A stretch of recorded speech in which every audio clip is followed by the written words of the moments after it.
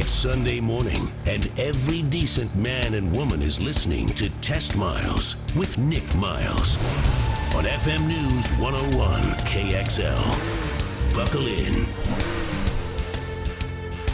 Sunday morning on FM News 101 KXL. I'm Nick Miles, and you're listening to Portland's Automotive Radio Show. This is Test Miles, locally created and nationally celebrated. We have assembled a team of car freaks at the station to enlighten you with witty banter, useful information, and fun automotive topics. Our team in the studio this week is Sean, our TV producer who loves cars, his cat, nothing else. What have you been up to this week, Sean? Nothing much, really. Not just driving around, Just being driving a around, college being student. me. I actually got out of class, so I have a 3-week break now. So he has no class, is what he's saying. What's your I have GPA? never had class. Come on. What's your GPA? Don't worry about that. All right. Brad Boyer is Passing. here, father of the show. You had a choice between God and us this morning, and we won. Well, you told me you were God. I doubt that. But no church for you this week. No church, but I did my good deed for the week. You I did? talked to Scott Brown. He let us use the ProMaster cargo van, which is spectacular. Scott Brown, by the way, is the Western Region Manager for the Chrysler Group. And Ram. Well, Chrysler Group. Chrysler Group, yes. And I delivered about 5,000 T-shirts for the walks for the ALS group, so you know everybody doing the Ice Bucket Challenge. Right. So we used that to help deliver 5,000 T-shirts for their walks, and it was it's great to have the right tool for the job, and that is an impressive vehicle. You talked about it a couple weeks ago. I drove Amazing. from Denver. I bought King's New Morning Show Marconi. I drove him all the way from Denver to Portland in that Ram 3500 ProMaster. I do like how you sit up a little bit. I feel like a truck driver in that. Yeah, 80 miles an hour on the freeway, and that's loaded full of a morning show guy's gear. Which and means nothing. And you change lanes at speed. It does wobble a little bit. Wobble, wobble. And also on that trip, I drove through the armpit of America. There's plenty of states I don't need to go back and visit again. But no, I felt great. ALS is an amazing organization. They raised over $100 million with their Ice Bucket Challenge. So it's going to great causes. I am going to be doing the peanut butter challenge this week. It's similar to the Ice Bucket Challenge, but you cover your face with peanut butter and the dog licks it off for charity. I'm actually serious. Dead air. That's the new thing. I think we should call someone about this. this is the new way to raise money PETA. is the peanut butter challenge, which we're doing to raise money for animal charities. All right, what's on the show this week? We'll be talking to somebody from VW about a brand new vehicle they have coming out. Daniel Shapiro, who is one of their product managers, will be joining us. Brian Socha is here to talk to us about how their service day went at Certified Automotive Repair in Salem, which we talked about a few weeks ago, and Brian's going to tell us how many people showed up, what it was like, whether it worked, and also we're going to get into Project Discovery because the next chapter of that is about to begin, and the guys at Certified Automotive Repair are going to be doing the next modifications to the vehicle. I also will share with you some of the new stuff that happened this week with our Project Discovery. This is where we take a 2002 Land Rover Discovery and make it into a vehicle worthy of luxury transportation and dogs. But first on the docket this morning is something we do every single week, and that is our news quiz, where we talk about what's been going on in the news. I ask the crew questions, and they see how much information, or we all find out how much information they've been reading about what has been happening in automotive news over the last week. So what American CUV is moving production back to the U.S. from Mexico? Ding. Sean. Cadillac's bringing the SRX back up here and bringing some new jobs into America. All right, normally we're watching a lot of these factories be built in Mexico to move production there, but in fact Cadillac actually coming back to the United States and starting production. Now I think what's happening is a lot of these automotive guys are realizing that the quality and the cost of doing stuff in America is very, very different. They can actually do it affordably. So good on Cadillac. Who revealed their new flagship crossover this week? Anybody? I think Sean has that because I have Ding, no ding, idea. yeah. Sure. Sorry, my mic just went out, or my headphones. Volvo is bringing out the XC90. It first launched in 2002, and this one's actually getting a little bit bigger. It's 22 inches bigger. I've always loved the Volvo XC. It's like my favorite Volvo. The XC90, yeah. Yes. And I will tell you from looking at the pictures of this new one, looks incredible. It's about time they had a new vehicle. I don't think they've had a new vehicle for 5 years. The last one was the 40. V70 or V whatever it is, 60. The new engines were the last thing. The Oh, new that's car was 4 years ago. Yeah, So, I guess, right. The first new car they had was 4 years ago. And you can't really count the station wagon. I mean, it is a new vehicle, but it's part of a existing line. So for the V60, Very the true, V50. but it's new to the States because they discontinued wagons here Right. for a while. What iconic pony car started production this week? I've got that one since that's like a easy trick question. A pony car. So the new Mustang began its production in Flat Rock, and the very first one went for $300,000 at the Barrett-Jackson auction a bit ago for juvenile diabetes. I think it's kind of cool that you can auction off the very first vehicle that comes out of production. That's a cool thing to do. I will tell you that on the 20th of September, Sean and I will be heading down to Los Angeles to drive the new Mustang, and Ford have done something interesting with that. They're not letting journalists see this car. I mean, they're not in. Normally when a new car is launched, they invite 200 journalists to go and drive it to test drive it somewhere. They're not doing that this time. They're waiting until it comes out. I think they're only inviting like 40 people to drive this car, and Sean and I will be going to LA to do that. So that means you're kind of a big shot. I don't think so. I think I whine enough that they actually listen to me. So which they have done. Who will be investing $233 million for new engines? Ding, ding. Sean. That would also be Cadillac. They're buying new engines. They're working with Ford, too, to bring in the EcoBoost for some of their smaller SUVs and try to get better fuel economy. Yeah, new engine investment for them. All right, a couple more questions before we go to break. Who announced pricing on their new electric car? Ding, ding. Go ahead. Excited about this. We all drove this at Drive for Revolution. The Volkswagen, the 2015 e-Golf, Right. which will come in at about $35,500, which is a couple, $2,000-$3,000 more than most. That Nissan Leaf and a few others, but it's substantially more It's car. a four-door. Substantially Right. more Is car. it four-door? It is. Yes. Okay, it's a four-door. It's a four-seater, whereas the most of the other cars are The actually Leaf and the two-door. Fiat are all two doors. Yeah, and I will tell you, still for me, super sexy, the Fiat 500e. It's still the sexiest car out there. It might not be the best at this and that and the other, but if you need to go electric and you still want to have some panache, some Italian styling, and some, where you can shake it a bit when you get into the car, that's the car to have. Although I like the Golf a lot, and I would tell you for practicality reasons, the e-Golf is probably the better choice. Why can't they do a plug-in electric? That's what I want to know. They don't want to. Well, They're Volkswagen. I would like to see a diesel plug-in hybrid. That would be perfect. That would be awesome. Except it would probably be about $80,000 because you'd have to put two engines in it and For something the size of a Golf. Also, final question today: China building 400 charging stations for who? I've got that. Because we can't go a week without talking about Tesla, right? I was not here last week. Did we mention Tesla? I don't know. I don't think so. I can't tried remember to what boycott Tesla. I can't remember what I did yesterday. Good point. So Tesla is doing that, which I think Tesla's going to end up making more money on their chargers than they are on their cars. That was the conversation when Yeah. they first came in. I will tell you that I think that they've got a lot of good ideas, but they're just trying to break the mold. And I'm concerned about some of the political stuff with Tesla, but I will tell you, Consumer Reports absolutely bashed them to hell with their brand new cars. I mean, they're talking about. They were very disappointed in a lot of Tesla stuff, which is disappointing for me because I was hoping the product was a little better than that. But Consumer Reports jumped all over them. They had a bunch of comebacks to the dealerships. Right, and the fact the dealerships are autonomous, they're not really dealerships, are they? The mall stores are autonomous. You mean the Mac store, Yeah, Tesla store? There is no. It's not like you can go to a Tesla dealer across town because you didn't like the guy you dealt with. You're stuck with Tesla, and that I don't like that. Like if I don't get on with a dealer, I like to be able to go to a different dealer. Absolutely, and the repair shop is off-site as well, so it's not even at the dealership, so to speak. Well done. I think you guys are probably split even on your points this week. No Oli this week, so it was much easier. You guys it actually impressed me with the amount of stuff that you've been reading this week. You're easily impressed. Then. I know, I do. I'm very, very supple and very easy to manipulate. You're listening to Test Miles and FM News 101 KXL. Still to come, we're going to find out about a brand new VW which is hitting the market this fall.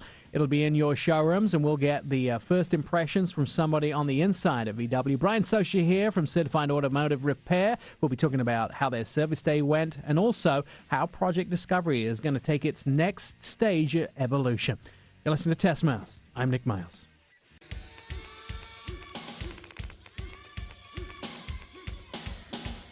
Test Miles, like NASCAR, but with one right turn. TestMiles.com.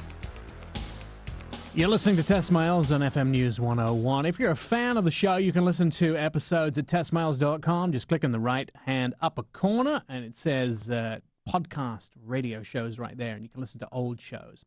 And here's a fun fact for you. We always like to give you facts to impress your friends with. The new car smell that you all love when you get a brand new car, in fact, is a combination of 50 organic volatile compounds. Maybe causing you some kind of injury, but it sure does smell good when you have a brand new car. Now, VW have invested $4 billion in the U.S. and will invest a further $7 billion before 2018. Although their sales are down 2.3% this year, they're in a building year. New models are coming, and this year sees a new Golf that is celebrating 40 years, including a new electric Golf, which they just announced pricing of. We were talking about in the last break. But VW also have a brand new Jetta for 2015. The Jetta has been part of the world car landscape since 1979. And depending on where you live, has been known as the Atlantic, the Fox, the Vento, the Bora, the City Jetta, the Jetta City, the GLI, the Jetta, or the Classico, or even the Sagita, which I'm guessing was probably the Indian name for it. Joining us on the phone is Daniel Shapiro. He is the Jetta product manager at VW, and can give us some insight into the 2015 Jetta. Daniel, good morning. Now, the new Jetta got quite a facelift, didn't it? Correct. We are just launching the new car this month. It should go on sale later this quarter in showrooms. And up front, you've changed a few things from last year. Correct. So the car in the front is getting a brand new front end, so front and rear bumpers, new front grille, new fog lights, and a number of other small changes around the car visually. I really like the idea that you now have a very significant daytime running lights. They look very, they stand outish. You know, Audi, of course, one of the sister brands from VW, was well known for doing their daytime running lights with those, the small LEDs. And VW have done something similar, but yours really shine brightly, and the headlights also track when you move the steering wheel, correct? That's correct. We offer a bi-xenon headlights along with the LED daytime running lights, which we have had present in the car before, but only in the very, very top-of-the-line GLI and hybrid models. And we have made that available to both our mainstream gas and diesel models, beginning with the 2015. The bi-xenon lights give a much stronger light, give you further illumination into the distance. And as you mentioned, they also track to the left and to the right 15 degrees as you move into curves so that you can see ahead of you, so there are no surprises as you go around a turn. Another safety feature that Volkswagen is bringing to the masses. I really like that idea. You know, we saw that a lot on luxury cars, and it seems like that everyday cars have taken a while to adapt the tracking headlights. I'm glad to see that something as cost-effective as a Jetta has those in now. Now, let's get back to the back of the car. Quite a few new features on the back end. The tail lights have been borrowed from another family member. Correct. So we have all new tail lights on the 2015 Jetta. If you look at them, they'll actually look very reminiscent of an Audi A4, or even our more premium Volkswagen models like the new Golf electric version, the e-Golf, or even the Golf R, which will be coming later this model year as well. And so then it gives a bit more of a premium feel to the rear end of the car, and along with those taillights comes a new trunk lid with enhanced aerodynamics, so a built-in little aero spoiler to it, and a new rear bumper, and a much wider opening to the trunk. And you can also ingress and egress. You can also get a lot more junk in that trunk, can't you? Absolutely. The Jetta maintains its class-leading trunk space at 15.5 cubic feet of cargo, which is more than a lot of mid-size sedans have. You can really pack quite a bit in there, whether you're moving, going shopping, taking your golf clubs. It's a huge amount of room, and accentuated by being able to fold down the rear seats and really expand that into the cabin space as well. And that's a perfect segue into the interior of the car. Unfortunately, VW never really known for their plush interiors until now. Things are changing. The Golf started off with a new interior and won some awards, and that same interior is migrating over. Correct. So we've upgraded the materials in the interior of the car and made them a little bit more tactile, and also much more premium-oriented, in line with what you're known and expect from a Volkswagen. So, for example, along the dash and even along the doors, the decor trims and even the inserts have added a piano black treatment, so a bit more upscale, more in line with what you would find in really luxury cars. Additionally, we've upgraded the instrument cluster and displays with a tunnel effect, more in line with a much more modern look, which gives a completely new effect to what's in front of the driver and the information displays. And lastly, we've also put a completely new steering wheel into the car, very similar to what you'd find in the new Golf A7, and with a little bit of a sporty feel to it. It has a flat bottom edge to it, similar to what you'd find in an Indy car. So similar to that fun-to-drive component of what you expect from a Volkswagen, it's still a fun-to-drive steering wheel, a much more sporty edge steering wheel. And one thing I'd like to add to the interior, really adding that value or increasing the value of the existing Jetta. Every single Jetta gets that same multifunction steering wheel, which was only available in much higher trims of the Jetta before. Now, let's talk a little bit about some of the safety features that are on the car. These safety features we haven't really seen on something like the Jetta before, but when backing out of a parking space, if you don't think quickly enough, the vehicle will think for you. That's correct. One of the big highlights of the new Jetta are these safety features, which it's really the first time that Volkswagen of America has offered them in a volume offer or a real volume sales car. So we have three different safety features. The first one, which you mentioned, is rear traffic alerts. As you back out of a parking spot, we've all been in the situation. It might be a big van or an SUV to either side of you. You really don't have a clear view of what's coming out, or a car or even a bicycle or person walking down the aisle, whizzing past you. You're backing up, and before you know it, somebody catches you off guard. We have radar systems in the back of the car that will look to the left and the right for you.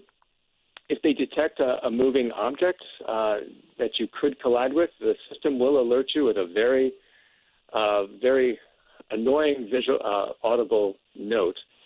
But what's very interesting and what's unique about the Volkswagen system is that if you ignore that warning and you continue to back up, the system still detects that a collision is imminent. It will actively brake the car for you, which a lot of other cars will not do. So really looking at, really quite literally, keeping your back. Perfect. Daniel, thanks so much for joining us this morning on Test Miles.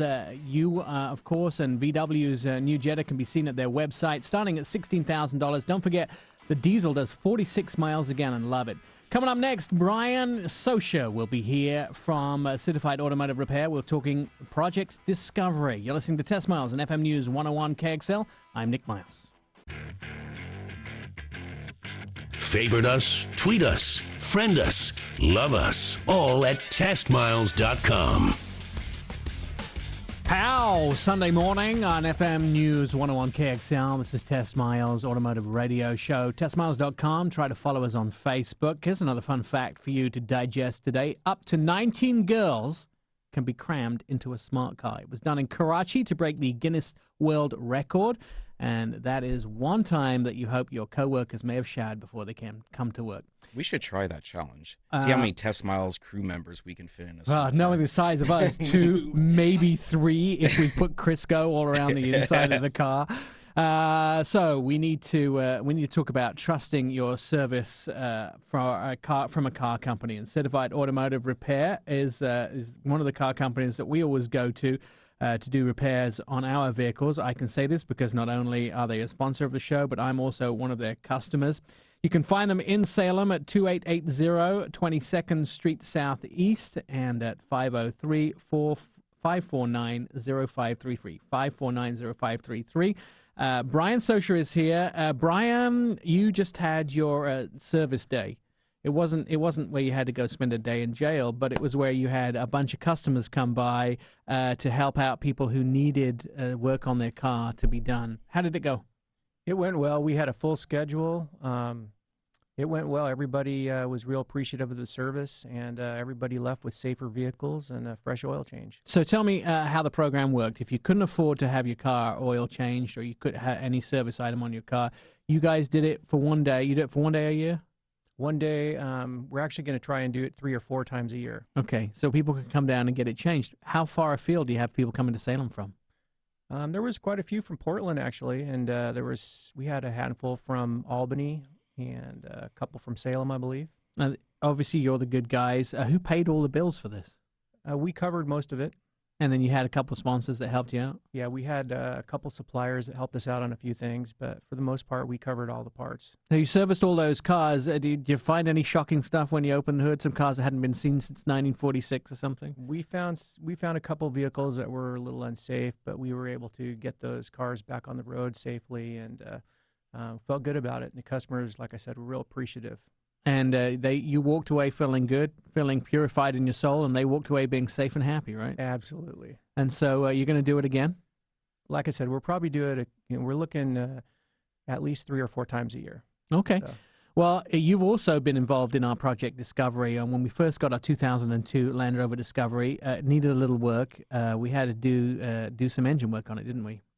Yeah, that's correct. We found blown head gaskets, so we fixed the heads and got it back so it's drivable again, and we're looking forward to getting our hands on it again. Excellent. So currently, this is the update on Project Discovery. The 2002 Land Rover Discovery is at Mobile West. Peter at Mobile West has had it for a couple weeks, and he has done an amazing job. I can't wait to show you guys. In fact, Sean, did we get some pictures up for people to see? Not yet, but I'll get that up here in a few minutes. So we're going to put some pictures up on testmiles.com so you can see some of the work that's been done on it. But Peter has redone the seats. He's put heated seats in it. He's put Alcantara. He's put leather in the seats. He's also put a Test Miles logo on it and the interior. The next thing he's going to do is we're going to ship the car back to you, Brian, and we're going to do something I don't think anybody has done before. And incidentally, Project Discovery, if you don't know about it, is something that we're doing we want to do a SEMA car next year. And we're ramping up to do it. SEMA car is not something you jump into, never having been involved with before. So we're trying to do it on an older vehicle, testing out. It will be on display at the 2015 Portland Auto Show. And so what's the next stage, Brian? What are we going to do to it next? Well, I think because as of your request, we're going to be putting a what do you call that? An air cannon? An air cannon for tennis balls for dogs. And so we're going to mount up a trailer hitch and fabricate some kind of a landing for a person to stand on so they could fire this air cannon. That's a great idea. So the idea is, and I've talked to the auto show about it, once we install this air cannon, how do we demonstrate that it works? And I'm wondering if maybe somebody from Portland Police can bring one of their police dogs into the auto show next year. We can fire tennis balls and have the police dog retrieve it across the auto show. That would be kind of a lot of fun next year if we can do that. How much work is going to be involved in that? Because you actually have to, you really are fabricating a giant piece of metal. And then how do we travel with that? It sounds super complicated to me. We've never done anything like it, so we're just going to have to just wing it. The trailer hitch is a bolt-on, so that'll be the easy part. The rest of it, we'll figure it out. And then presumably we'll have to either put it inside the vehicle or we'll have to fold it up somehow. We'll try to figure out a way to hinge it so it'll fold up and it'll be easy to store. Those people that they do the wheelchair transport at the back with those little things on the trail hitch that sort of fold up at the back, or when they're not using them and that sort of thing. Right. So and there's probably some laws that you can't have an extension at the back of the vehicle past a certain depth without having lights on it or those sort of things, right? Right. So there's a lot of work in there. And then the idea is that when it's done, now we also have to think about how we're going to power it, because I actually haven't. I saw the pictures of the cannon that you'd sent, and the fun thing about that cannon is we can actually get a version of the cannon that fires T-shirts. Right. So we might be able to do like fire Test Miles T-shirts out into the Portland Auto. There you go. In fact, we could pick on certain people on the floor of the Portland Auto Show that we want to hit in the head with T-shirts and just fire the cannon across the room. So we can do that, but it looks like it's powered by compressed gas of some kind. Right. I think it's compressed air. Compressed air. Or CO2. Right. So we'll have to make room for a canister of some sort to travel with that as well. Yep. And then we'll be able to do that. Now, so you're going to put a trailer hitch on the vehicle? Yes. And then once you put the trailer hitch on the vehicle, we have to get some kind of stand. Right. And I also noticed that the cannon itself when we buy it or when we get it from the Canon guys is freestanding. So does that mean we have to build some kind of mount for it? There'll be some kind of mount that we're going to have to fabricate as well. So it'll be a challenge, but we're up to it. And I guess you probably the trailer hitch you'll have to have the vehicle for, and then once you've done that, then you can just probably fabricate pretty much anything else. Yeah, and I got a pretty good fabricator that works at the shop, Louis Miller. He's a pretty good guy. So Louis He's will be looking able to forward to it. Louis will be able to put it together, and obviously it can't weigh more than 2 tons, because then it'll be Yeah. like hauling a trailer. Right. At the store at Certified Automotive Repair, not only do you do mechanicals, but you also do a certain amount of body work as well, don't you? Only on our own stuff. Really? Yeah, I don't So- advertise for body work. So mostly just mechanical stuff. Yeah, general automotive repair, engine replacements, transmission replacements, tune-ups, anything like that. Yeah. As we come into winter, as today or this weekend being the sort of the unofficial or the official last days of summer, should people be getting their vehicles ready for winter? Oh yeah, should be looking at coolant flushes and making sure your antifreeze is good and ready for the wintertime, and wiper blades, that kind of stuff like that. Wiper blades is the big one. Yeah. Because I know I go through, especially in the Northwest, when you get a frozen windshield, I'm the worst. Yeah. Like I go out into the car, I don't pre-warm it, I don't start the car up, which would probably need a remote start on the car. That would be a good accessory to have. But I go out there and I just run the windshield wipers until they clean it off. That's Right. bad, isn't it? Yes, it is. Is that why I'm buying $60 for new Land Rover windshield wipers every year? Probably so. All right, so don't do that. Don't do what I do, by the way. If you come out and it's frosted over your windshield, that's why my windshield wipers end up with pieces of rubber all over the windshield. Yep. So windshield wipers, coolants, probably making sure that your windshield washer is full up, even simple stuff like that as well. Right. Coming into winter, what about battery and tires as well? Usually the cold weather will affect the battery. So, when we do oil changes, we do a full-on inspection and we test battery and coolant and all that stuff. Excellent. Where can we find you? 2880 22nd Street Southeast in Salem. Or we can go to carsalem.com on the website, or you can give Brian a call on his personal cell phone, which I'll give out at the end of the show. Thanks for coming in, Brian. Thank you. Excellent. Test Miles coming back in a little while. We'll be talking a little bit about what we've been driving this week. We have an array of cars we've been test driving, and we'll be talking about those. Brad will be telling us about how he's jumped over to electric, and Sean's been in just a regular hybrid, right? Yeah, just regular A hybrid. regular hybrid, but it's an award-winning. I've been in a big, beefy off-road vehicle. You're going to find about that and much more on Test Miles. You're listening to FM News 101 KXL. I'm Nick Miles.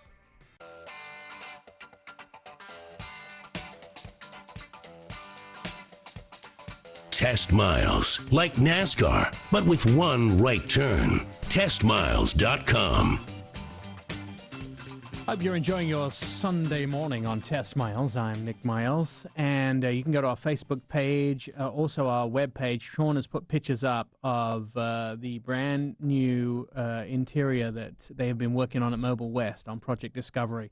You will be impressed when you have a look at this. It's not finished yet, so these cars bits are in parts, but front and rear heated seats, and the Test Miles name embossed on the seats as well. Absolutely fantastic. Another fun fact for you, so you can press your friends, and I want to see if our crew in the studio knows this. How many parts do you think it takes up to make a new car, guys? 4. Is that low? That's the lug bolts. On your lug nuts on your wheels. Is You it might need more than Like 50,000? that. It's a little bit of an overshot. It's actually 30,000 parts take to make a brand new car. It's quite a lot of parts. And if you don't know how they go together, you can imagine what happens if you have things left over when you put the car back together. Isn't that Or the just way together. Chevys used to be back in the day? Oh, It's all good, ouch. just it'll run. ouch, How many ouch. Chevys have you purchased over the years? I know, but that's what I'm saying. They run without parts. I don't think that's true. I mean, yeah, maybe the cup holders or those sort of things. Okay, we've been driving a bunch of vehicles this week. What have we been driving? I've been in the Toyota 4Runner this week. It's relatively few drivers who require all-conquering, all-terrain SUVs by vehicle. There's very few vehicles that actually do that. I can think of probably 3, but the 2015 Toyota 4Runner is probably one of the top choices. Outstanding off-road capability is the good parts of the car. Pleasant on-road demeanor, strong V6 engine, and ample cargo space. The bad things, I think, is lack of a V8 or a diesel. I'd like to see a V8 and a diesel in the 4Runner. Options are limited. Towing capacity is not that great. Cramped third row if you get the third row option. A cumbersome setup for the Entune system. 4-liter V6 engine, 270 horsepower, 5-speed transmission, a V6 all-wheel drive, 17 in the city, 22 miles a gallon on the freeway. Competition: Nissan Xterra, Jeep Wrangler. There are 4 trim levels: the SR, the SR5, the SR5 Premium, the Trail, and the Trail Premium. The tech is the Entune system. Really terrible. I have to I have to agree. tell you that Toyota, you've done a great job in a lot of things but the Entune system is horrible. And I wish they would they just need to get something like the Uconnect system, which is in the Dodges, which is an amazing They just system. need to go buy it from somebody else at this point. It's heavy, but it's a fun for driving impressions, and it's very capable. $33,010 is the starting price, and I would give it a 9 out of 10. Sean, what have you been driving? I had the Lexus CT200 F Sport, and the CT is the luxury version of the Toyota Prius. Also won Best Hybrid of Drive Revolution, which there was some hard competition out there. I really like the styling on this with the F Sport because I had it set up next to a regular CT, and the F Sport makes it look so much more beautiful, excuse me. It's a fun car to drive. You can also put it in sports mode. It's one of the only hybrids out there that I feel handles and drives like an actual sports car, and instead of just kind of a boring little drive. Has a 1.8 liter, 134 horsepower. Gets average around 42 miles per gallon. It has no competition in the luxury market. $32,000 starting price, and the test version I was driving was $41,540, and I give the car about an 8. So when you look at the front of that, I love the grille on that. It's got that Lexus look to it. Unless, of course, you hit a raccoon. What's Yeah. that called? The spoke? No, the Spindle grill. spindle grill. Yeah, I love the look of the new Lexus and their grills. I mean, it looks aggressive. I mean, they're definitely coming out of the boring states and coming into aggressive era. But don't Trying hit to a compete- raccoon, right? Don't hit a raccoon, yes. Thank you. He had to take me out and show me where there was hair of the raccoon still embedded in the car. Just to prove. No, and then I just felt really bad. I just felt really For the bad for the raccoon? raccoon. No, I yeah. felt bad for the Lexus. It was just Yeah, of course you did, Sean, because you have no feelings. that and no raccoon soul. committed suicide. All right, Brad, what have you been driving? I had another eco car. I had that Fiat 500e, which is the winner of Drive Revolutions for the best electric car and Nick's cute car favorite vehicle. I think it for really is. definitely for electric, I think it's the cutest electric car out there. Absolutely. What they've done beautifully are the colors, and I love all the different color options. The bright one we- orange. The bright orange is Yeah. great. So, and the great looking and the range is a little better than the Leaf. It lists it at 110, something like that, but real world is about 80. The real bad on this car is it's small. It's an unusable back seat. So the Leaf is a little bit bigger in the back seat than this. I couldn't even get the kids into the back seat on this, so the battery takes up a lot of room.